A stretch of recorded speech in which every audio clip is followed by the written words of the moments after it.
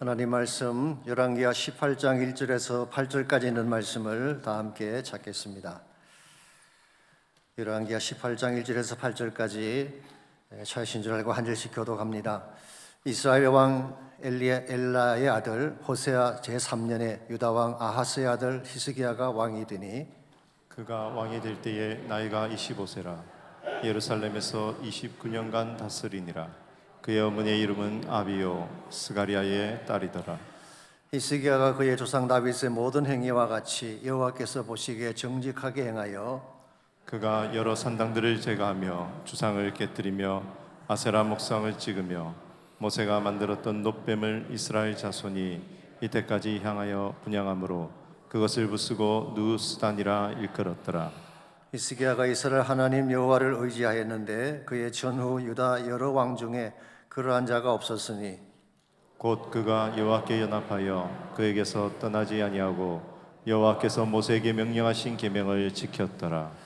여호와께서 그와 함께 하심에 그가 어디로 가든지 형통하였더라. 즉 아스루 왕을 배반하고 섬기지 아니하였고 그가 블레셋 사람들을 쳐서 가사와 그 사방에 이르르고 땅에서부터 견고한 성까지 이르렀더라. 아멘. 인생을 살아가다 보면 침체 순간이 찾아올 때가 있습니다. 모든 것이 다운되고 답답한 가운데 앞길이 열리지 않을 때가 있는 것이죠.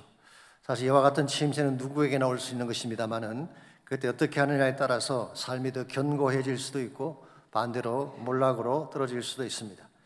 예컨대 사업을 하는 사업가가 갑작스러운 불경기로 매상이 떨어지고 경제적 침체에 빠질 때가 있습니다. 그때 포기하지 않고 새로운 전략이나 새로운 각오로 뛰면 더 단단한 비즈니스로 올라설 수 있는 것입니다.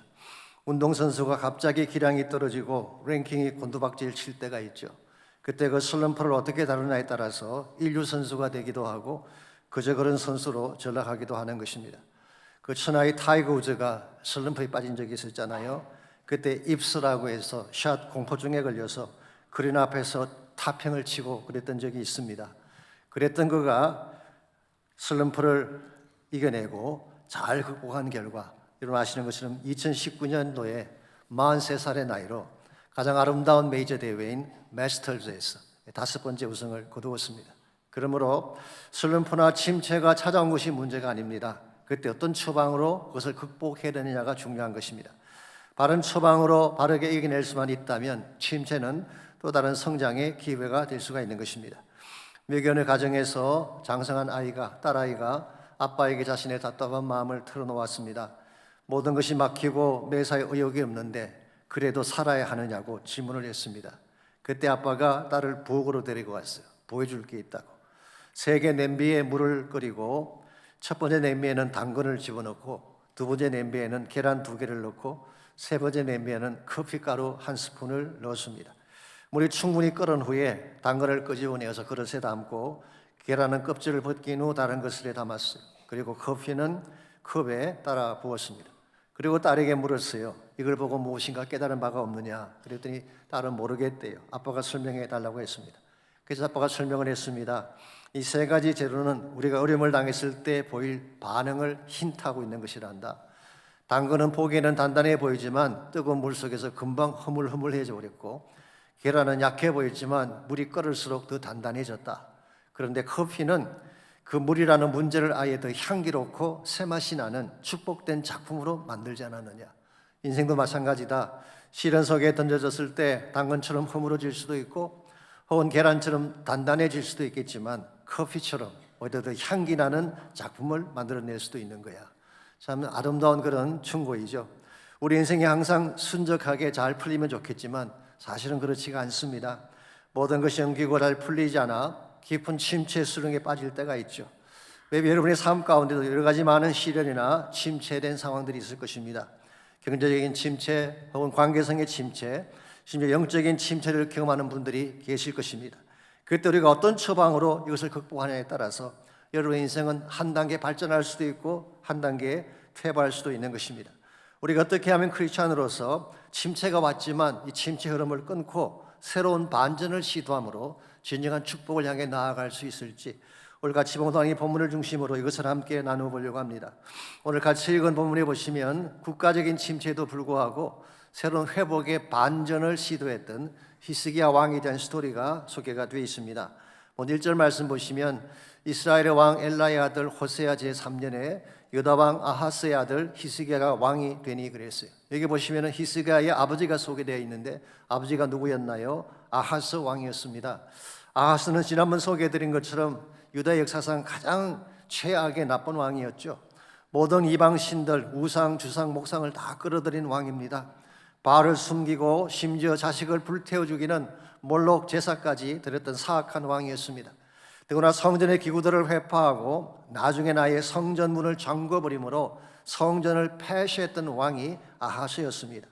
그 결과 유다 왕국 역사상 최악의 영적인 침체에 빠지게 되죠.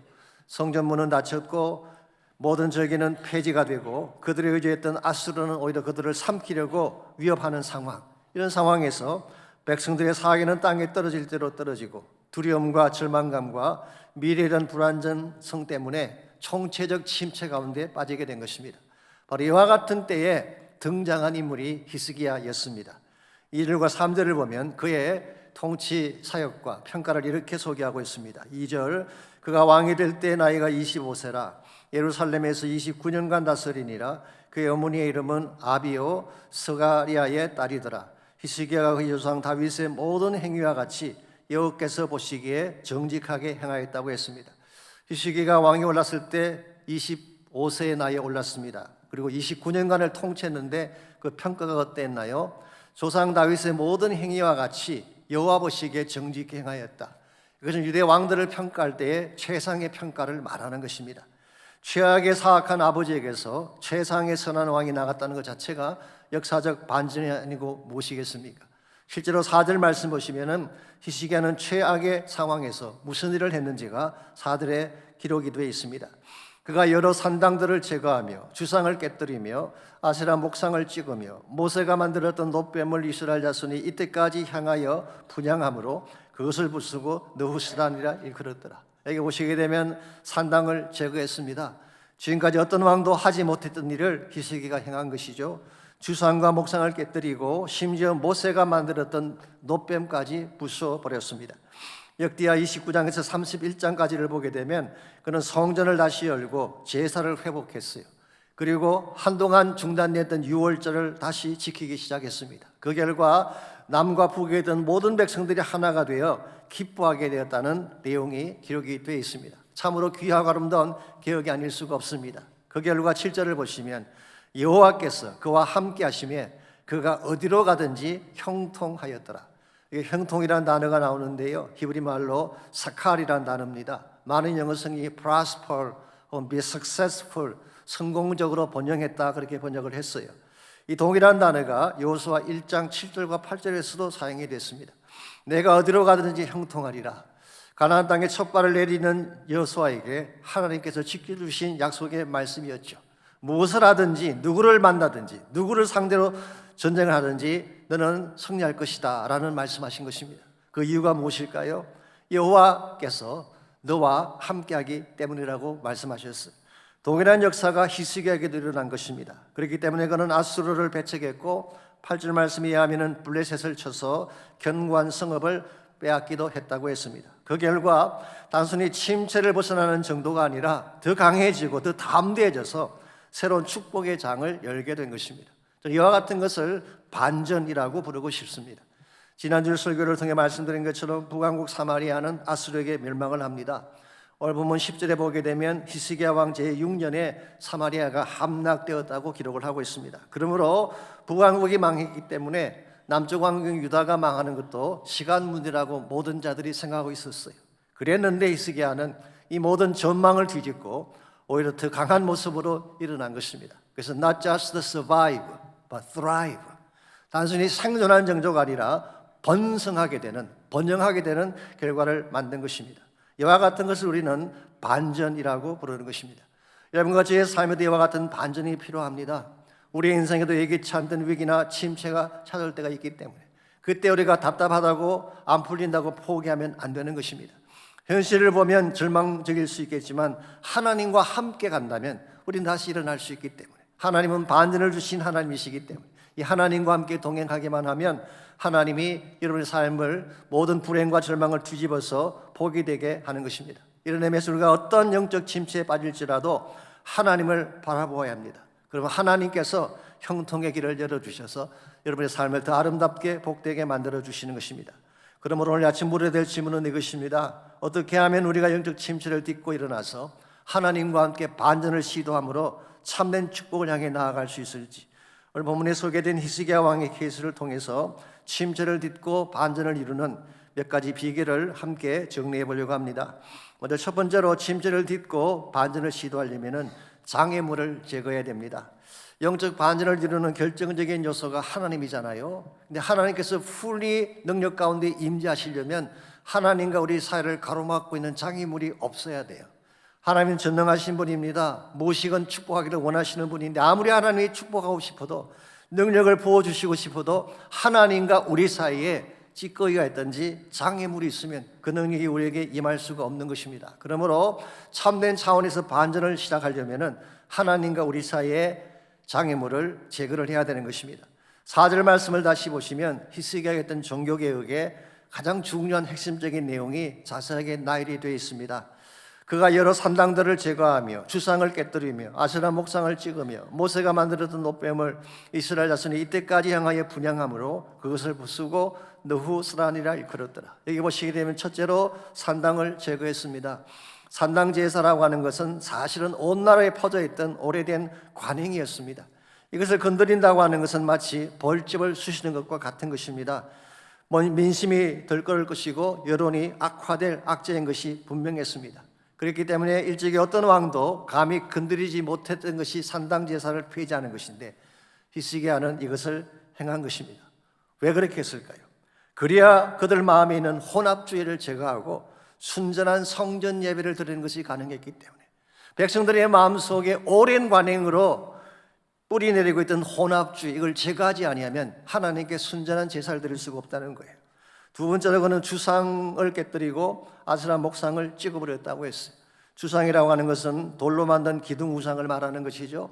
목상은 나무로 만든 우상을 말합니다. 이걸 다 깨뜨리고 찍어버렸어요. 어쩌면 개혁적인 마인드를 가진 왕이라면 여기까지는 maybe 가능하다고 생각합니다.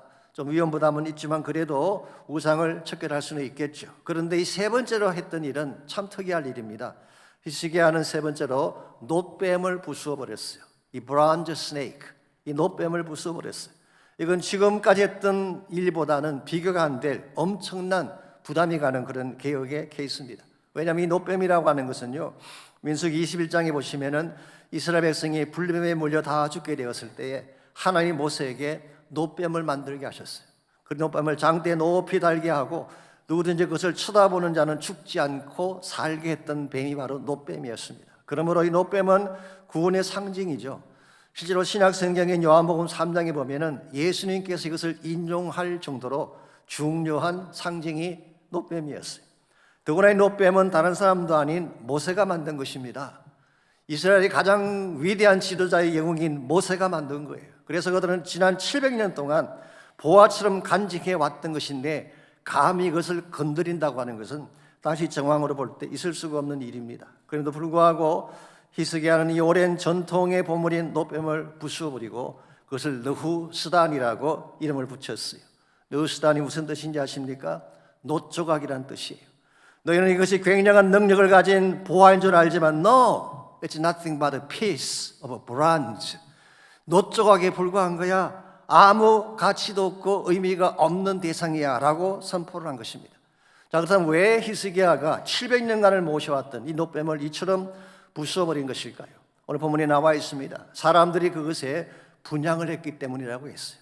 제사를 드렸다 그 말입니다. 그 앞에 나아가 빌고 섬기고 예배를 드린 것입니다. 아마도 처음에는 그렇게 하지 않았겠죠. 그러나 시간이 흘러가면서 차츰 눈에 보이지 않는 하나님보다 눈에 보이는 놋뱀을 의지하는 백성들이 늘어나게 된 것입니다. 이것은 대단히 위험한 현상이 아닐 수가 없습니다. 여러분, 광야에서 이스라엘 백성을 불뱀에서 건져낸 것이 정말 놋뱀이었을까요? 아닙니다. 하나님이 살게 하신 거예요. 노뱀이라고 하는 것은 도구에 불과했던 것입니다. 이것을 혼돈한 나머지 노뱀 자체를 숭배하고 예배하게 되면 엄청난 우를 범하는 것입니다. 여러분 기억하십시오. 아무리 귀한 것이라고 하더라도 설사 그것이 선한 목적으로 만들어진 것이라고 할지라도 하나님을 대치하면 우상이 되는 거예요. 그래서 존 비베가 썼던 유명한 책이 있습니다. Good or God이라고 하는 제목의 책. 선을 택할 것이냐 하나님을 택할 것이냐. 일반적으로 사람들은 선한 것이라면 다 좋은 줄 알아요. 그런데 모든 선이 하나님으로부터 나온 것일까요? 그렇지 않다는 것입니다. 세상 사람들이 추구하는 선 가운데는 하나님을 배제한 선이 많이 있어요. 그래서 존 비비어는 현대교회를 향하여 챌린지한 것입니다. 눈에 보기에 선하다고 해서 하나님을 대치하면 안 된다. 그런 메시지를 이 책을 통해 설파한 것입니다. 사실 오늘 이 시대에 우리 주변이건 혹은 교회 안이건 노뱀들이 많이 있습니다. 교회에 존재하는 노뱀 중에 가장 대표적인 것이 전통이라는 것입니다. 여러분 전통은 귀한 것이고 소중한 것입니다. 그런데요, 전통이 아무리 귀하다고 하더라도 전통이 성경보다 앞서가든지 하나님보다 앞서가면 노뱀이 되는 것입니다. 오래전에 저희 교단에서 이런 일이 있었습니다. 우리 서던 베프티스트 컨벤션 전체 교회의 마들 철치 같은 교회가 달라스에 있는 제일 침례 교회, 달라스 퍼스트 베프티스트 철치인데요. 기라성 같은 목사님들이 목회했던 교회입니다.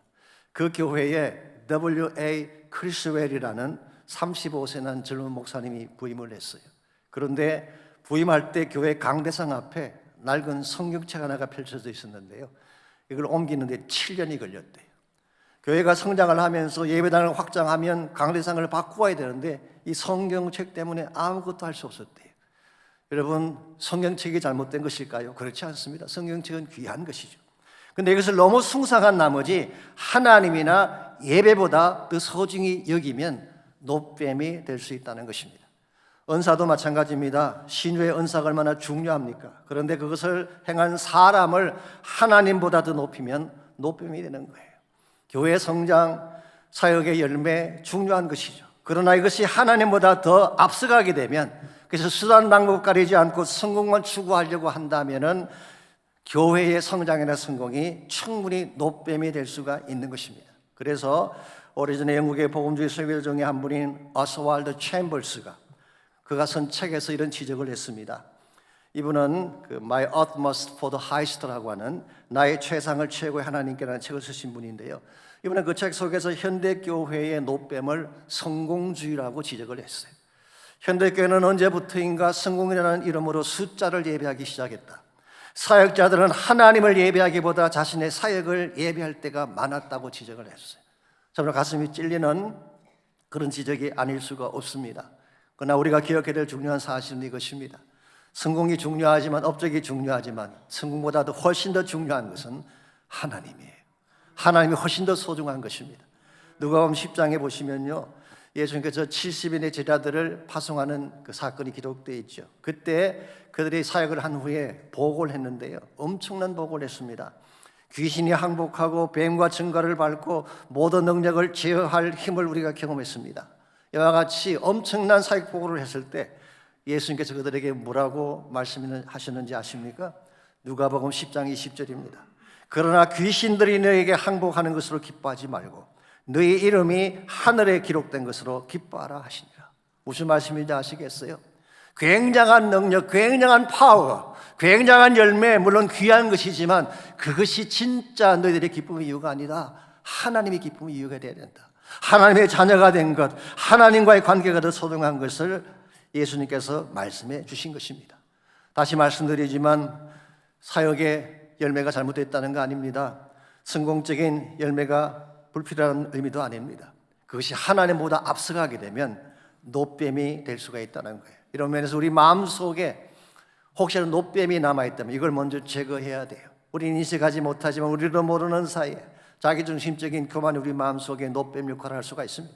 마음의 욕심이나 욕망이나 자기 자랑이나 세상의 우상들, 특별히 죄가 하지 아니한 죄악이 내 마음속에 잠겨져 있다면 이 장애물 때문에 하나님의 역사가 일어날 수가 없는 것입니다. 그러므로 정말 하나님의 그 파워가, 그 축복이 우리 삶 가운데 임하기를 원한다면 내 마음속에 있는 장애물을 먼저 제거해야 되는 것입니다. 두 번째로 이와 같이 하나님과 우리 가르막는 조상님을 제거한 후에 두 번째로 해야 될 일이 견고한 믿음을 갖는 것입니다. 하나님만을 신뢰하는 믿음이 있어야지 우리는 침체를 딛고 반전을 이룰 수가 있습니다. 5절 말씀 보겠습니다. 히스기야가 이스라엘 하나님 여호와를 의지하였는데 그의 전후 유다 여러 왕 중에 그러한 자가 없었으니 그래서 이게 의지하였다는 표현이 나오는데 이것은 그냥 믿었다는 뜻이 아닙니다. 모든 것을 신뢰하고 맡겼다 그런 뜻입니다. 확대 영어 성경이라고 있습니다. Amplified Bible이라고 있는데요. 그 성경 이렇게 이 본문을 번역을 해놓아요. Hezekiah trusted in and relied confidently on the Lord. 히스기야는 하나님을 fully trust in 했고 그 하나님에게 확신을 가지고 모든 것을 맡겼다 그렇게 번역을 해놓았습니다. 그러므로 여기서 의지했다는 이 말 사실 히브리 말로 바타라는 말인데요. 루트 미닝이 재미있습니다. careless, 케어하지 않는다 그런 의미를 가지고 있어요. 전혀 개의치 않는다 그런 의미. 우리가 흔히 쓰는 표현으로 바꾼다면 눈에 뵈는 게 없다 그런 의미를 가지고 있어요. 정말 바른 믿음을 갖게 되면요 하나님 외에는 다른 게 보이지 않아야 돼요. 그게 바타라는 단어가 의미하는 것입니다. 사실 이것이 진실의 사랑의 특징이기도 하죠. 정말 사랑에 빠지게 되면 다른 어떤 사람도 눈에 들어오지 않아야 됩니다. 오직 한 분 와이프만 눈에 들어와야지 견고한 관계가 되는 것입니다. 그런데 결혼한 후에 미스 김도 눈에 들어오고 미스 리도 눈에 어렁거리면 장차 다가올 고초가 심각해지는 것입니다. 이런 면에서 우리가 하나님 관계도 마찬가지인데요. 하나님 한 분 외에는 다른 것이 보이지 않아야 돼요. 하나님 한 분 외에는 누구도 케어하지 않는 믿음. 이게 바로 견고하고 바른 믿음인 것입니다. 오늘 본문에 나오는 히스기야가 그런 케이스였어요. 솔직히 객관적으로 말씀드리자면 그의 종교개혁은 무모한 개혁이었습니다. 그 오랜 전통을 다 타파하고 우상을 파괴하고 정말 굉장한 위험 부담이 있는 그런 개혁을 시작했죠. 분명히 어렵고 위험한 것임을 알면서도 왜 히스기야가 이런 개혁을 했을까요? 이유는 한 가지입니다. 하나님만 바라보았기 때문에. 하나님 한 분만. 예컨대 만일 그가 자기 인기를 생각했다면 산당을 부실 수가 없습니다. 자신의 안위나 편안함만 생각했다면 감히 700년간 내려온 노뱀을 어떻게 건드릴 수가 있겠어요? 더구나 나라의 안정을 생각한다면 어떻게 아수르를 배척할 수가 있겠습니까? 실제로 이것 때문에 나중에 고초를 겪긴 합니다만은 그러나 히스기야는 그것마저도 he doesn't care. 아수르의 위협도 전혀 고려하지 않았습니다. 이유가 뭔지 아십니까? 오직 하나님 한 분만 보았기 때문에. 그랬더니요 하나님이 그 아수르의 문제마저도 그때는 이기게 해주셨어요. 여기에 대한 것은 나중에 조금 더 자세하게 말씀을 드리겠습니다. 오늘 여러분과 저에게도 이와 같은 믿음이 필요합니다. 하나님 한 분만 바라볼 수 있는, 하나님 외에는 전혀 케어할 대상이 없을 때에 하나님의 능력이 우리 가운데 나타나기 시작하는 것입니다. 그래서 히브리서 12장 2절은 이렇게 권면하고 있습니다. 믿음의 주여 온전케 하시는 이인 예수를 바라보자.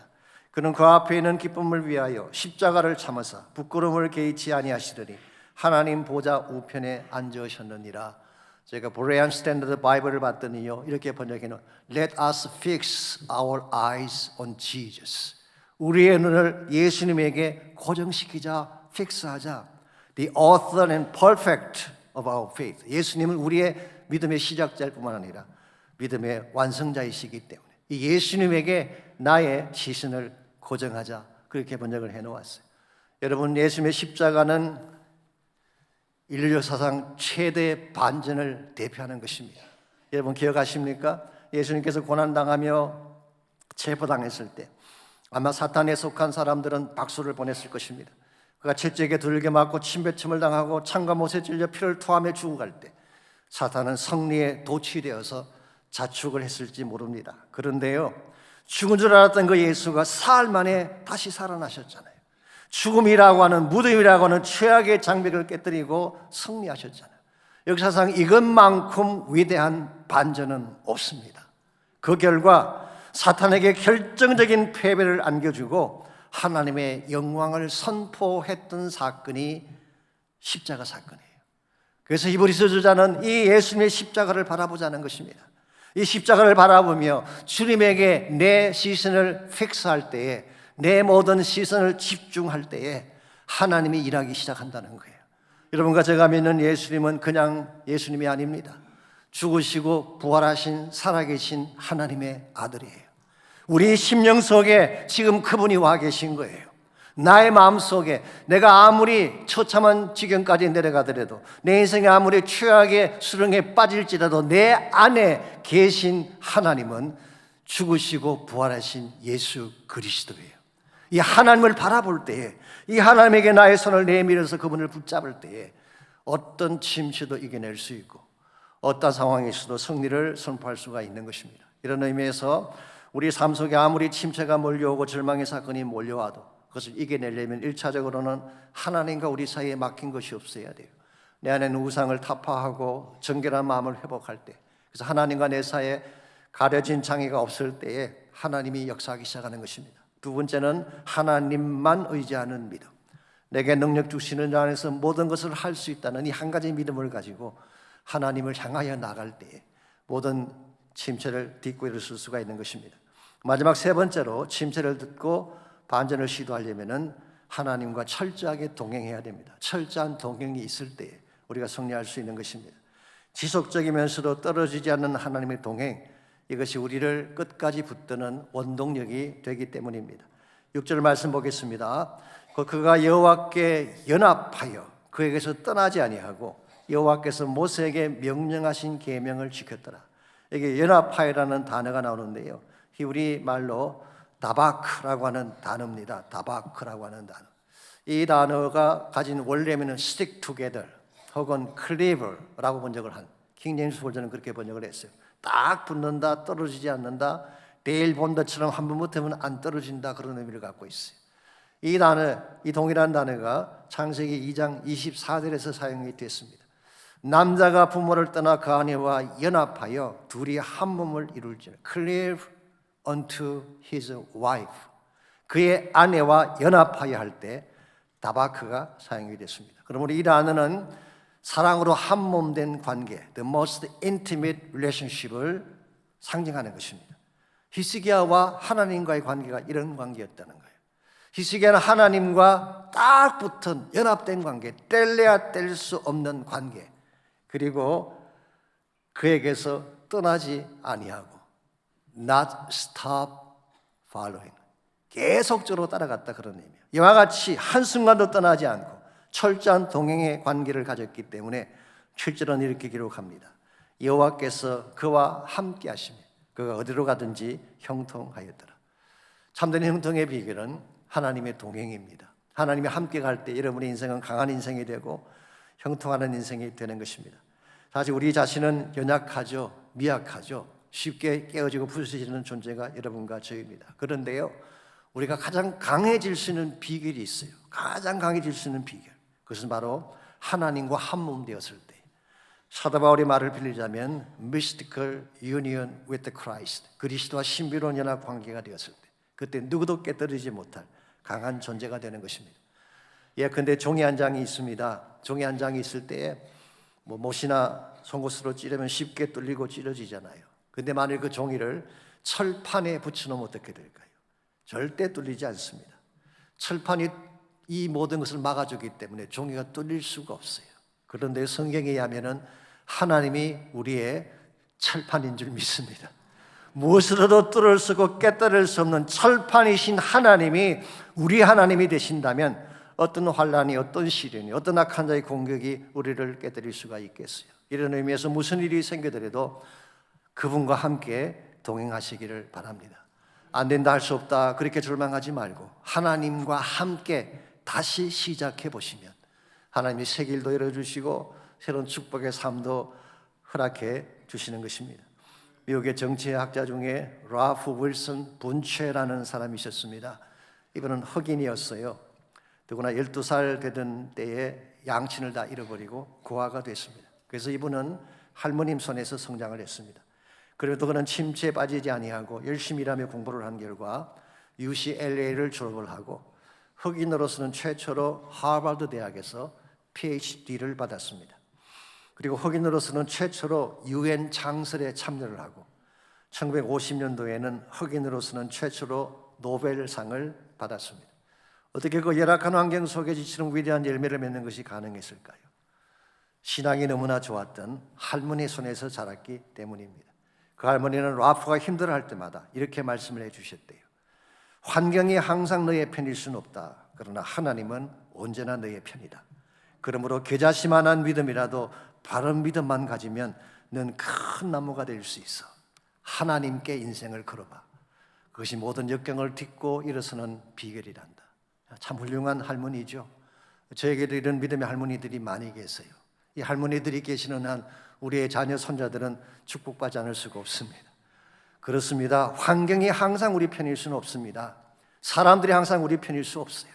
때로는 우리를 배신하기도 하고 우리에게 절망과 상처를 안겨줄 때가 있지만, 그러나 하나님은 언제나 우리 편입니다.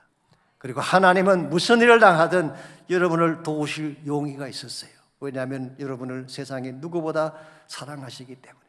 만일 여러분이 이 하나님에게 인생을 거시고 그분과 함께 남은 생애를 달려가기만 한다면 어떤 역경이 찾아와도 그 역경을 뒤집고 새로운 축복의 아침을 맞이하게 되는 것입니다. 그러므로 무슨 일을 당할지라도 포기하지 마십시오.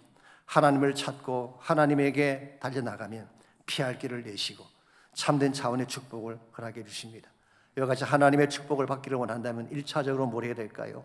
하나님과 우리 살을 감하는 장애물을 제거해야 됩니다. 그것이 우상이든 탐욕이든 선불이든 고백지 아니한 죄악이든 십자가 앞에 다 토해내야 돼요. 두 번째는 견고한 믿음으로 하나님만 붙드시기 바랍니다. 하나님께 나가 기도하면 하나님이 막힌 길을 열어주십니다. 무엇보다도 그분과 함께 가십시오. 하나님과 한편이 되시기만 하면 어떤 게임이건 이길 수밖에 없는 것입니다.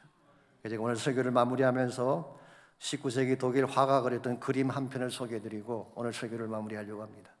이 그림의 이름이 체크메이트라고 하는 그림입니다. 이 그림은 1831년도에 독일의 화가 모리츠 레츠가 그린 그림인데요. 이 체크메이트라는 말은 우리식으로 표현하자면은 장기를 두다가 장군하고 부르는 것을 체크메이트라고 하는 것입니다. 이 체크메이트를 받았을 때 피할 길이 없으면 지는 거예요. 그러므로 체크메이트는 장기에서 마지막 한 수, 라스트 무브를 의미합니다.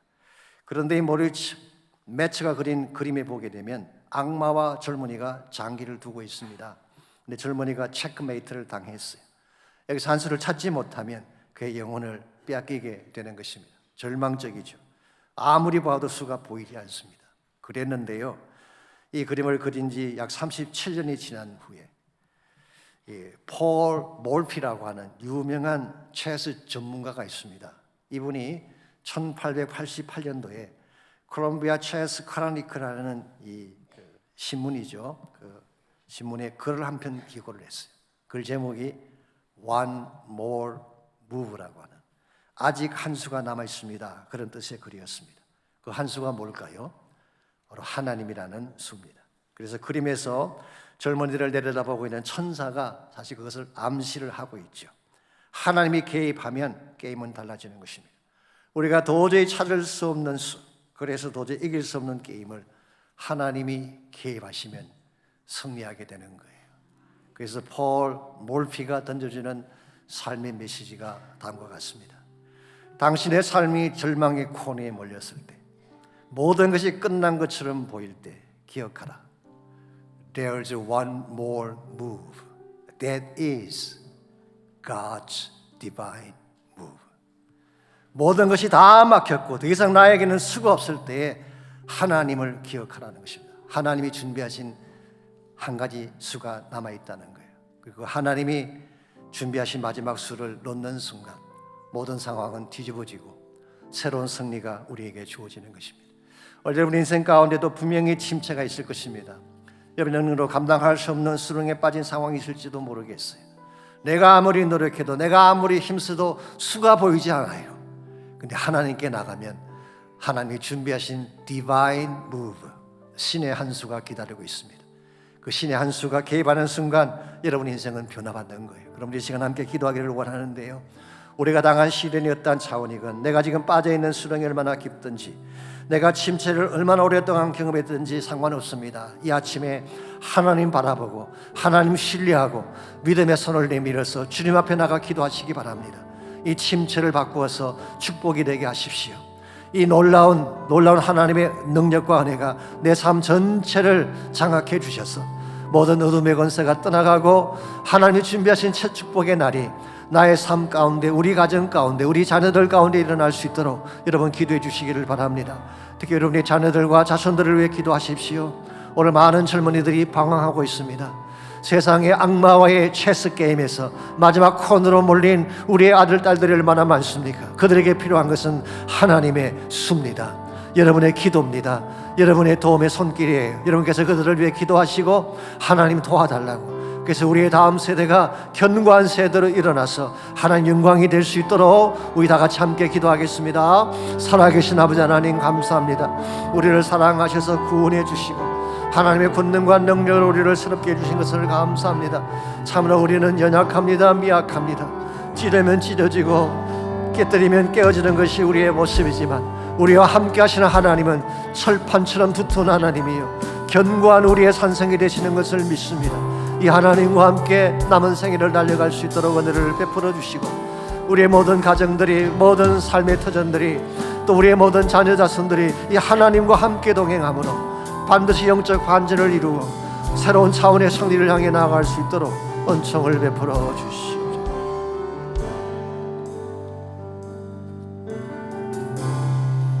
모든 상황 속에서 주를 찬양할지라.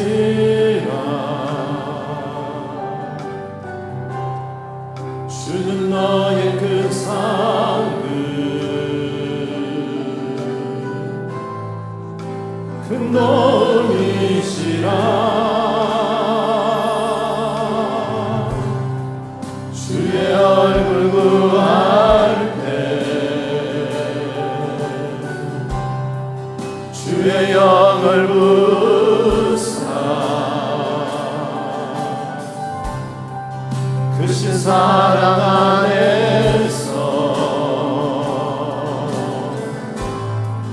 주를 보게 하소서.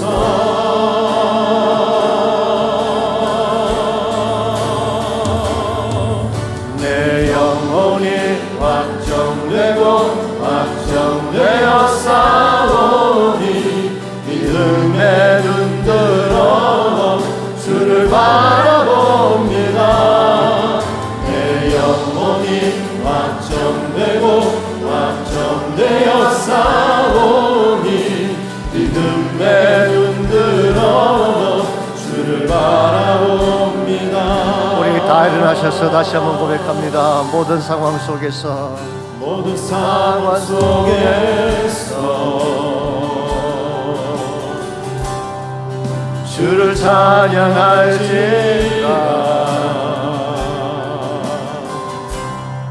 주는 너의 큰 상을 큰 도움이시라.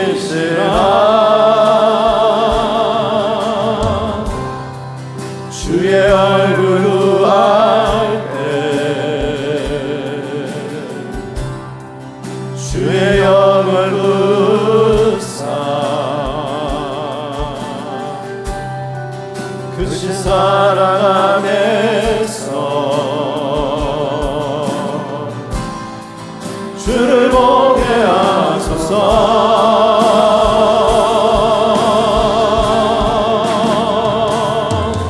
내 영혼이 확정되고 확정되어 싸우니 믿음에 눈들어 주를 바라봅니다. 내 영혼이 확정되고 확정되어 싸우니 믿음에 눈들어 주를 바라봅니다.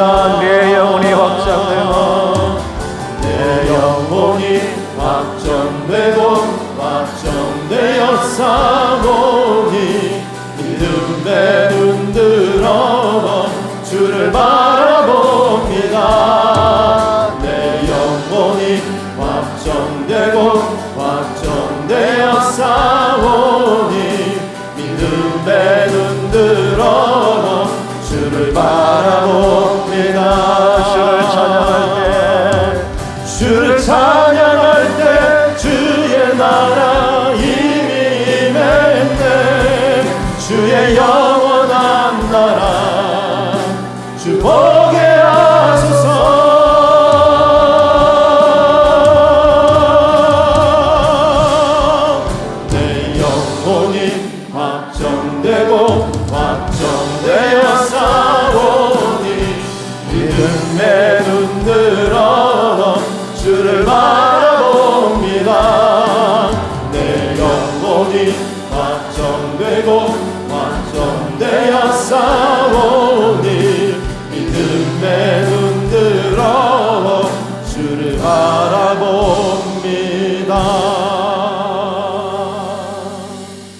하나님 감사합니다. 모든 상황 속에서도 승리할 수 있는 은혜를 베풀어 주시니 감사합니다.